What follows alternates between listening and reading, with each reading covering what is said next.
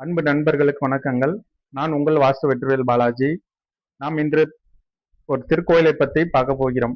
இது எங்க என்றால் நம் காஞ்சியம்பதி புண்ணிய பூமியாம் காஞ்சி மாநகரில் கச்சியேகம்பத்தின் திருவருளாலும் அன்னை காமாட்சியின் அருளினாலும் வரதராஜ பெருமான் திருவருள் எழுந்தருளும் இப்பூமியில் அதி அற்புதமான ஒரு கோவில்.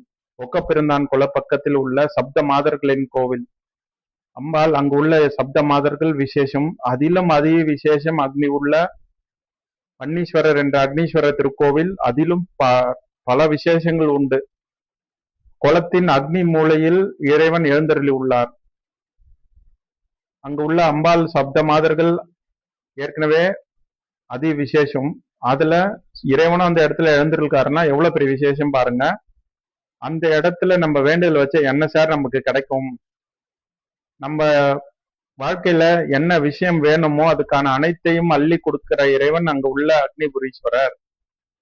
தாய்மார்கள் அவர் குழந்தைகளுக்கு திருமண பாக்கியம் இல்ல குழந்தை பாக்கியம் வேண்டும் என்றால் அந்த இறைவனுக்கு 11 வாரம் சுத்தமான பசும்பாலில் அபிஷேகம் செய்ய வேண்டும்.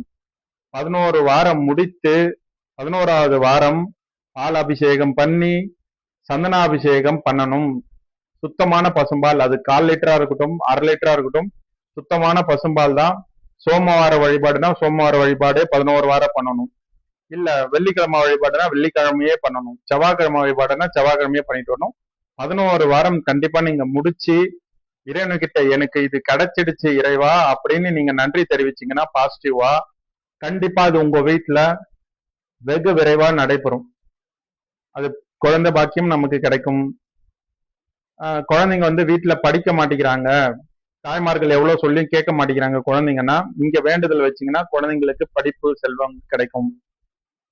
கர்ப்பப்பை சம்பந்தப்பட்ட பிரச்சனைகள் இருக்கு, குழந்தை தள்ளி போகுதுன்னா இந்த இறைவனை 11 வாரம் வேண்டி நீங்க பண்ணீங்கன்னா அந்த 11 வாரமும் இறைவனை யார் வேண்டிக்கிறீங்களோ 11 சுத்து சுத்தணும்.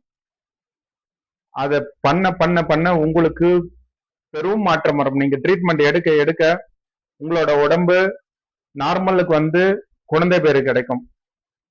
அது மட்டும் கிடையாது, வீட்டுல எனக்கு நிம்மதி இல்லை, அடிக்கடிக்கு எங்க வீட்டுல எப்பவுமே கணவன் மனைவி சண்டை சச்சரவு இருக்கு அப்படின்னீங்கன்னா இந்த இறைவனை பற்று கொண்டு நீங்க வேண்டுதல் வச்சீங்கன்னா அதுக்கும் தீர்வு உண்டு.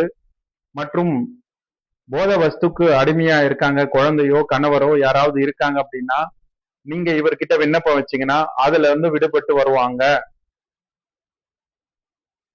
மனம் எப்பவுமே ஒரு சஞ்சலப்பட்டுட்டு இருக்கு, என் மன திடகாத்தமா இல்ல, என் மனசு எப்பவுமே ஒரு மாதிரி இருந்துகிட்டே இருக்கு, மனம் ஆரமா இருந்துட்டு இருக்கு, கஷ்டத்தை எப்பவுமே என் மனசுல போயிட்டு இருக்கு அப்படின்றவங்க தாய்மார்களுக்கு அந்த கோவில் ரொம்ப ரொம்ப அதி அற்புதம்.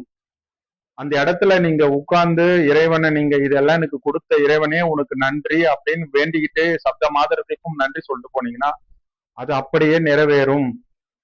நீங்க செஞ்சு பாருங்க, உங்க வாழ்க்கையில பெரும் மாற்றம் அடையும் வரும். அந்த சுபிச்சத்தை மற்றவங்களுக்கும் பகிருங்க, அவங்களும் அந்த கோவிலுக்கு நல்வழிப்படட்டும்.